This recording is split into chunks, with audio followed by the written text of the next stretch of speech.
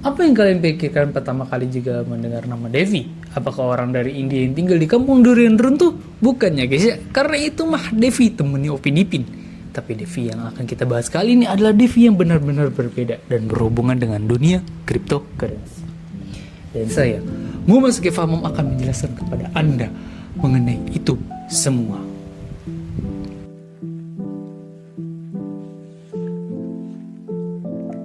Penjelasan. Kita mulai dari penjelasan mengenai DeFi atau Decentralized Finance adalah suatu sistem layanan keuangan yang dirancang untuk beroperasi di atas jaringan blockchain tanpa adanya lembaga perantara seperti bank, institusi pembiayaan, kustodian maupun broker. Dalam pendekatan tradisional, setiap transaksi pinjam meminjam, menyimpan aset atau aktivitas investasi selalu dikendalikan oleh lembaga yang memiliki otoritas pusat. Mereka memegang dana pengguna, menetapkan aturan, menentukan biaya, serta berhak menerima atau menolak transaksi kita. DeFi hadir sebagai alternatif yang memindahkan seluruh otoritas tersebut ke dalam struktur teknologi terdesentralisasi yang berbasis kode. Sistem DeFi memungkinkan individu mengakses layanan keuangan secara langsung melalui aplikasi terdesentralisasi atau DApp tanpa harus bergantung dengan lembaga tertentu. Proses yang sebelumnya dilakukan secara manual dan birokratis kini digantikan oleh smart contract, yaitu program yang berjalan secara otomatis mengikuti aturan tertulis dalam kode blockchain. Dengan demikian, DeFi tidak hanya menghadirkan efisiensi tapi juga menghilangkan potensi manipulasi, kesalahan manusia, dan konflik kepentingan yang biasanya muncul dalam sistem keuangan yang terpusat. Salah satu karakter paling penting dari DeFi adalah sifatnya yang permissionless, yang berarti siapapun dapat berpartisipasi tanpa persyaratan administratif. Pengguna tidak perlu membuka rekening, tidak perlu melewati proses you know atau KYC, dan tidak membutuhkan persetujuan dari intuisi apapun. Cukup dengan memiliki dompet digital dan koneksi internet, seseorang sudah bisa mengakses seluruh layanan dari DeFi. Pendekatan ini menjadikan DeFi sebagai sistem yang sangat inklusif, terutama bagi individu di wilayah yang sulit dijangkau oleh layanan perbankan dari tradisional. Selain itu, DeFi bersifat borderless sehingga tidak mengenal batasan geografis. Transaksi dapat dilakukan lintas negara tanpa proses verifikasi panjang, tanpa perantara, dan tanpa biaya tambahan yang biasanya dibebankan oleh lembaga internasional. Hal ini memberikan kemudahan signifikan terutama dalam pertukaran nilai antar negara dan aktivitas finansial secara global. Transparansi adalah aspek lain yang membuat DeFi itu benar-benar berbeda daripada transaksi lainnya. Semua transaksi dicatat dalam blockchain secara publik sehingga setiap proses dapat diverifikasi oleh siapapun dan kapanpun. Tidak ada pihak yang bisa menyembunyikan informasi atau memodifikasi catatan transaksi, karena blockchain pada dasarnya bersifat tidak dapat diubah setelah tercatat. Hal ini menciptakan ekosistem yang penuh kepercayaan dan mengurangi resiko dari fraud. DeFi juga memperkenalkan sistem di mana pengguna memegang kendali penuh atas aset mereka. Dalam perbankan konvensional, dana disimpan oleh intuisi dan pengguna hanya mendapatkan akses melalui sistem yang ditentukan oleh bank. Sebaliknya, DeFi menggunakan pendekatan self-custody di mana aset sepenuhnya berada di bawah kendali pemilik melalui dompet digital pribadi. Tidak ada pihak ketiga yang memiliki hak untuk membekukan, mengalihkan, dan membatasi akses penggunaan terhadap asetnya. Ekosistem DeFi meliputi berbagai jenis layanan seperti keperluan aset digital atau DEX, pinjam-meminjam berbasis kripto, stablecoin, asuransi terdesentralisasi, derivatif digital, pengelolaan aset secara otomatis, hingga mekanisme imbal hasil staking dan yield rekening. Seluruh layanan ini terhubung dalam jaringan yang saling mendukung dan membentuk sistem finansial terbuka yang dapat digunakan secara global selama 24 jam tanpa jeda. Secara keseluruhan, DeFi merupakan solusi besar dalam dunia keuangan modern. Ia menawarkan kombinasi antara kemandirian individual, transparansi penuh, efisiensi tinggi, serta akses tanpa batas yang memberikan gambaran tentang masa depan sistem finansial yang tidak lagi berpusat pada lembaga besar, melainkan pada teknologi terdesentralisasi yang dapat digunakan oleh semua orang.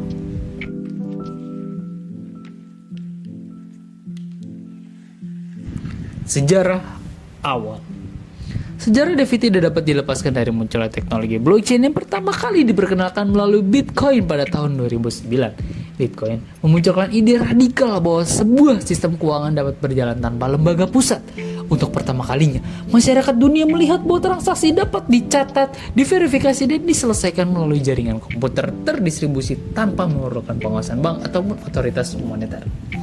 Meskipun inovatif, Bitcoin juga menyediakan fungsi besar seperti penyimpanan nilai dan transfer aset secara digital. Ia belum mampu menawarkan layanan keuangan kompleks seperti kredit, pertukaran aset otomatis, ataupun produk derivatif. Inilah yang memungkinkan mendorong pengembang teknologi blockchain ke tahap berikutnya. Perubahan besar terjadi pada tahun 2015 saat Ethereum diperkenalkan oleh Vitalik Buterin dan juga timnya. Ethereum membawa konsep smart contract, yaitu kontrak digital yang dapat berjalan otomatis berdasarkan kode yang sudah ditulis sebelumnya. Smart contract memungkinkan blockchain melakukan lebih dari sekedar mencatat transaksi. Ia juga mampu menjalankan logika keuangan secara otomatis tanpa campur tangan manusia. Inilah fondasi utama yang membuka jalan bagi lahirnya DeFi sebagai sebuah ekosistem layanan keuangan yang terdesentralisasi. Pada fase awal perkembangan Ethereum, sejumlah proyek pionir mulai bermunculan. Salah satu pelapor terpenting adalah MakerDAO yang pada tahun 2017 meluncurkan stablecoin DAI. DAI merupakan stablecoin pertama yang dikenalkan sepenuhnya oleh smart contract tanpa otoritas pusat sama sekali. Pengguna dapat mengunci aset kripto sebagai jaminan dan mencetak DAI yang memiliki nilai stabil. Stabilitas ini menjadi kunci penting karena memungkinkan transaksi berjalan tanpa volatilitas ekstrim yang melekat pada aset kripto. MakerDAO menunjukkan bahwa fungsi keuangan seperti pinjaman, jaminan, dan pencetakan uang dapat dilakukan dengan cara terdesentralisasi, aman, dan juga transparan. Tak lama setelah itu, pada tahun 2018, Uniswap hadir sebagai proyek yang memperkenalkan Automated Market Maker atau AMM.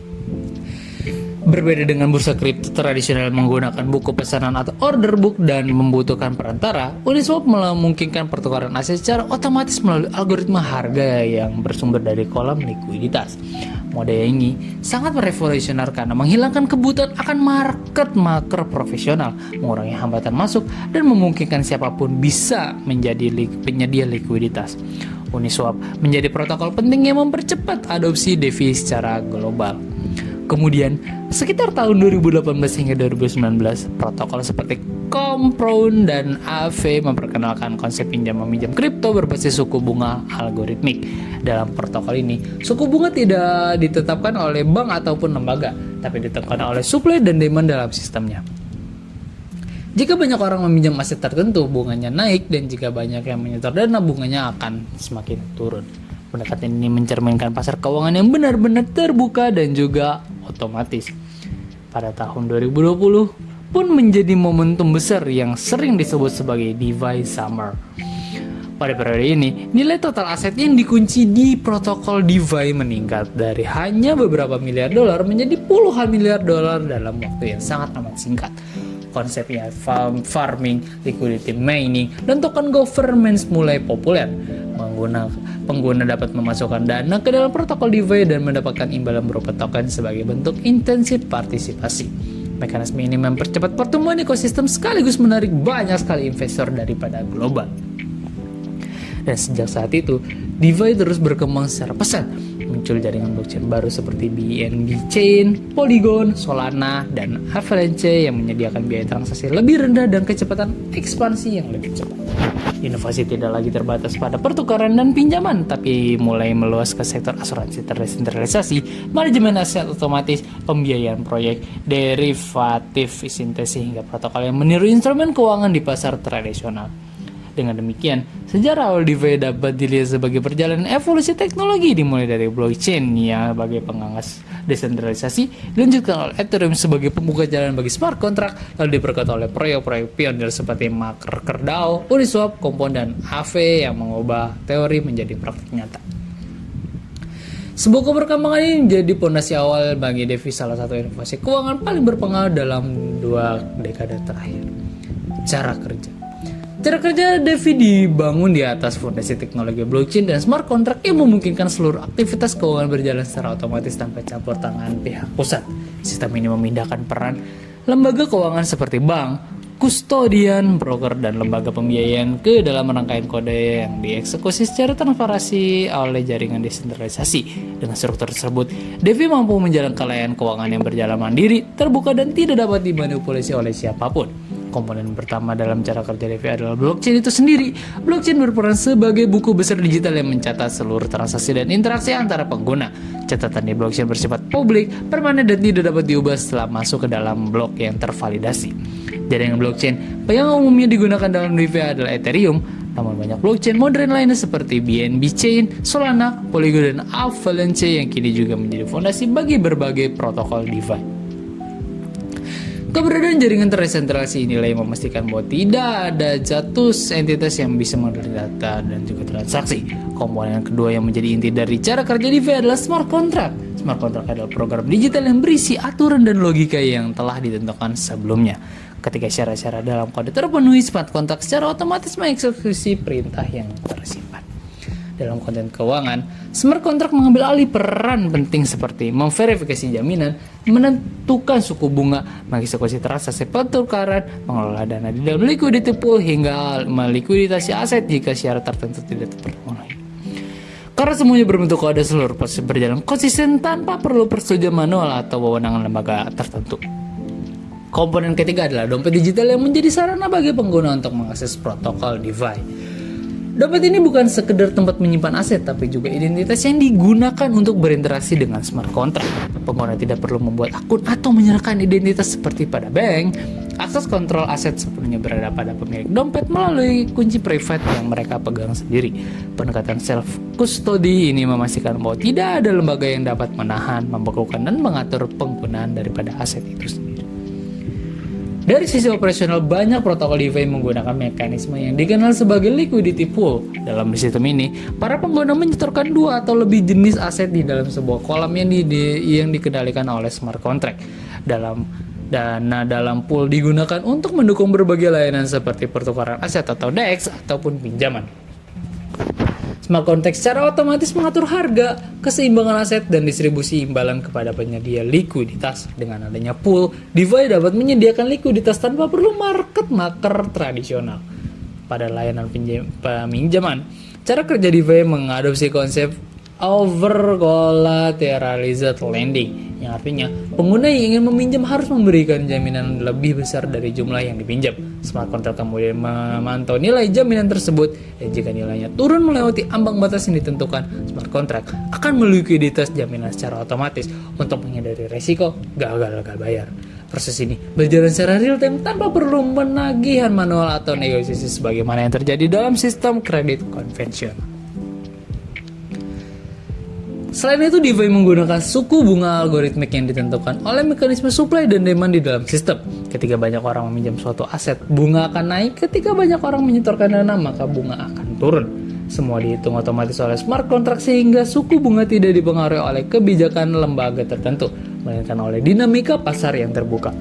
Di dalam DeFi juga terdapat mekanisme yield farming dan staking, di mana pengguna dapat mengunci aset mereka dalam protokol untuk mendukung operasional jaringan atau menyediakan likuiditas. Sebagai imbalannya, mereka mendapatkan reward berupa token dan sebagian bagian dari biaya transaksi. Mekanisme ini tidak memerlukan lembaga investasi, manajemen dana, atau pihak yang mengelola secara terpusat. Semua diatur langsung oleh smart contract yang sudah ada. Dengan seluruh struktur dan mekanisme tersebut, DeFi bekerja sebagai jaringan layanan keuangan yang berjalan 24 jam tanpa henti, bebas dari batasan geografis, transparan dalam seluruh aktivitas, dan memberikan kendali penuh kepada pengguna atas aset mereka sendiri. Model ini menjadi salah satu inovatif besar dalam dunia keuangan karena untuk pertama kalinya konsep layanan keuangan dapat dijalani sepenuhnya oleh kode terbuka dan tidak tergantung oleh otoritas tertentu.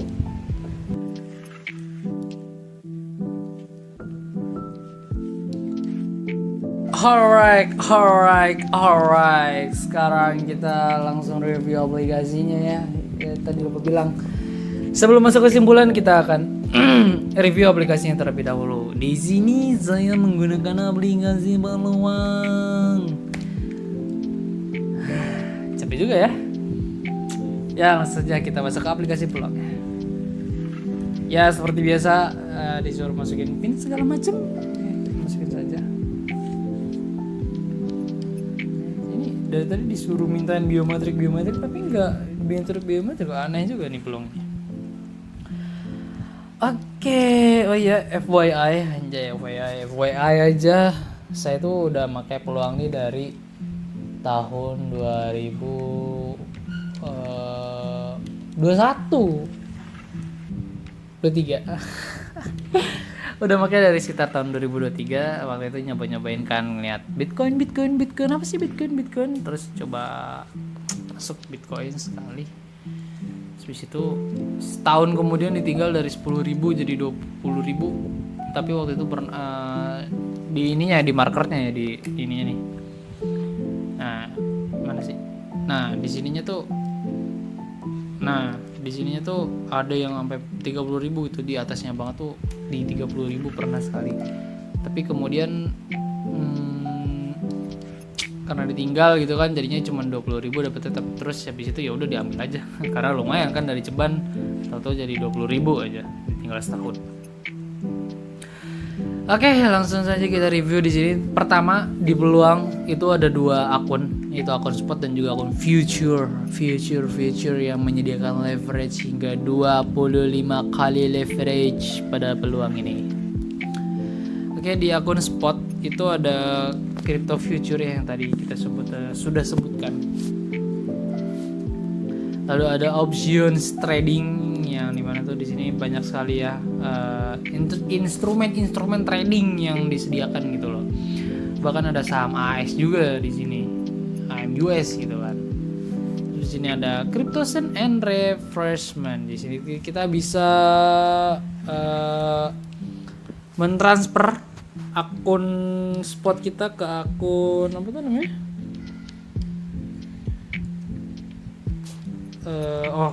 Akun spot sih. Kita bisa transfer kripto kita gitu kan, cryptocurrency kita ke cryptocurrency yang lainnya gitu.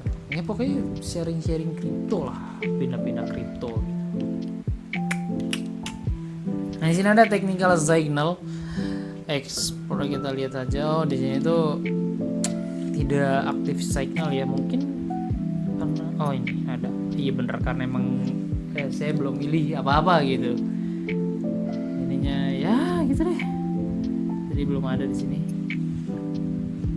Smart pickles. Kayaknya tuh dia bakalan kayak otomatis gitu, nggak tahu juga sih. Tapi kayaknya. Di sini ada analisis ratings ya, yang tadi berarti ya. Terus juga ada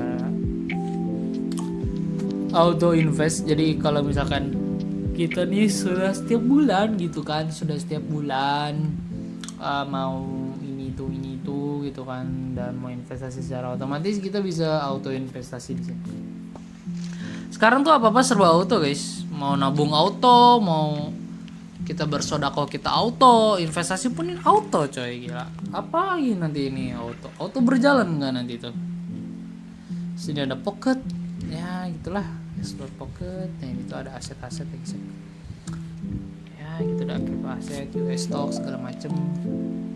Terus juga ada news nih, penting banget nih buat zaman sekarang nih. Zaman sekarang tuh technical hanya sekian, yang penting tuh sekarang news coy. Iya news nih, tahu-tahu sih ini apa coba, udah bikin XNR jauh-jauh banyak ya kan, bikin garis ini bikin garis itu, ini itu wah segala macem. Tahu-tahu dihantam news paman ya si beliau lah gitu, tahu-tahu langsung blok, langsung jatuh gitu. Di sini ada akademia atau ya ini tuh tutorial awal sih harusnya buat ini ya, bagi orang-orang yang baru banget di dunia kripto, apalagi pakai aplikasi peluang gitu. Jadinya disediakan oleh mereka tempat belajarnya. Dan di bawah ini sudah ada list kripto yang bisa kalian gunakan asoy. Pertama di sini tuh ada Solana, lalu ada Bitcoin, ETH, Ton, Pengu, Tia, Sui, PP, Doge, Well. Nah, ya ini tuh sebenarnya watchlist aja guys, watchlist gua tuh kan default watchlist. Ini tuh watchlist saya yang saya ingin lihat-lihat aja gitu setiap hari. Dulu tuh waktu aktif-aktifnya di sini. Ya, kalian tidak salah dengar, saya pernah aktif di peluang, tapi karena adminnya tuh sangat nauzubillah min zalik, tinggi sekali, jadi saya tinggalkan peluang dan asetnya pun tuh 23. Oke, lagi naik-naik ping, gak tahu ini kamera habis lagi baterainya, ya Allah. Baterainya penyimpanan emang perlu diganti sih kayaknya ini. Ya lanjut. Apa tadi? Oh iya. Wah, sedih dulu. Ya Allah, ngantuk. Sering pakai peluang, sering banget pakai peluang. Tapi karena itu nggak kuat sama adminnya segala macam, potongan ini tuh itunya, jadinya ya udahlah, cabut aja gitu, cari broker lain, cari tempat lain, cari tempat yang menggunakan sistem DeFi lainnya gitu, tidak di peluang ini jadinya gitu. Oke, lanjut. Di sini tuh default watchlist yang saya miliki ya, dan di sini kita bisa ada yang mau kita tambahkan gitu ke dalam watchlist kita. Di sini ada portofolio. Karena saya sudah tidak ini lagi, udah portonya di kosong gitu. Future pun ya nggak ada, karena kosong aja, nggak pernah dipakai lagi nih aplikasi gitu. Udah 3 bulan kali. Di sini ada searchingnya, biasalah kita mau searching segala macam gitu kan di sini. Dompet. Dan di sini ada news yang tadi kita sudah bahas. Overall jujur pakai peluang tuh sebenarnya asik-asik aja kalau potongannya tuh nggak gede cuy, tapi saya ini potongannya gede-gede banget gitu, jadinya ya mau pakai pun kayak gimana gitu.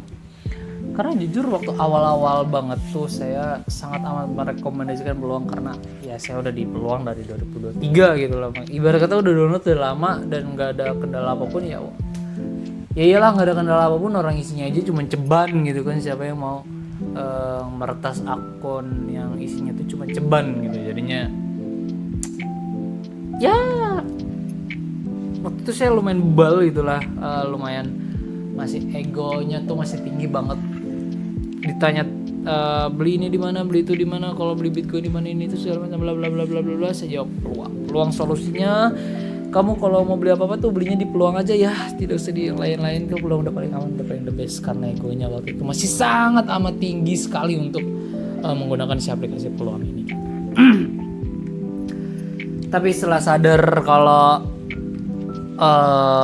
adminnya tuh nauzubillah gedenya, jadinya ya udah saya tinggalkan aja. Dan tapi overall gitu kan, secara keseluruhan peluang ini udah paling mantep banget lah kalau mau investasi. Oke, itu saja sekian pembahasan saya mengenai peluang. Kita lanjut saja ke bagian kesimpulan. Let's go.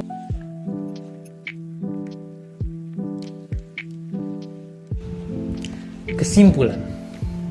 Sebagai penutup, gagasan keuangan terdesentralisasi menegaskan perubahan mendasar dalam cara individu mengelola, menyimpan, dan mengembangkan nilai di era yang sudah terdigitalisasi ini. Sistem ini memperlihatkan bahwa layanan keuangan tidak lagi harus bergantung pada lembaga besar sebagai perantara, melainkan dapat berproses melalui protokol terbuka yang menitik beratkan transaksi efisien serta kendali penuh di tangan pengguna. Transformasi ini bukan hanya membuka ruang bagi inovasi, tetapi juga menentang model keuangan tradisional untuk beradaptasi dengan ketuntunan zaman yang semakin digital dan juga terbuka.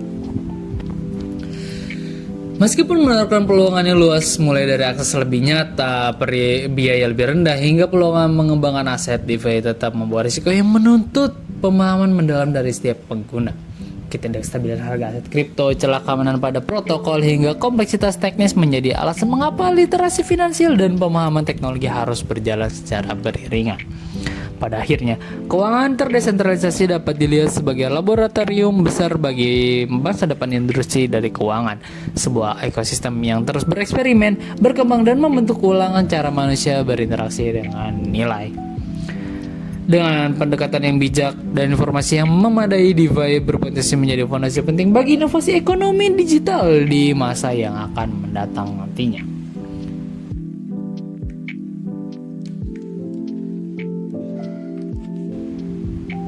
Penutup.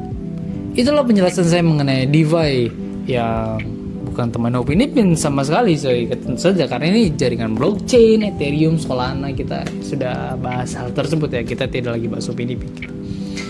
Ya, Saya Muhammad Sekia Pama, seorang yang masih belajar dan ingin terus berkembang, dan jika ada salah kata dan kekurangan saya dalam menjelaskan, saya mohon maaf yang sebesar-besarnya. Terima kasih dan nos famous.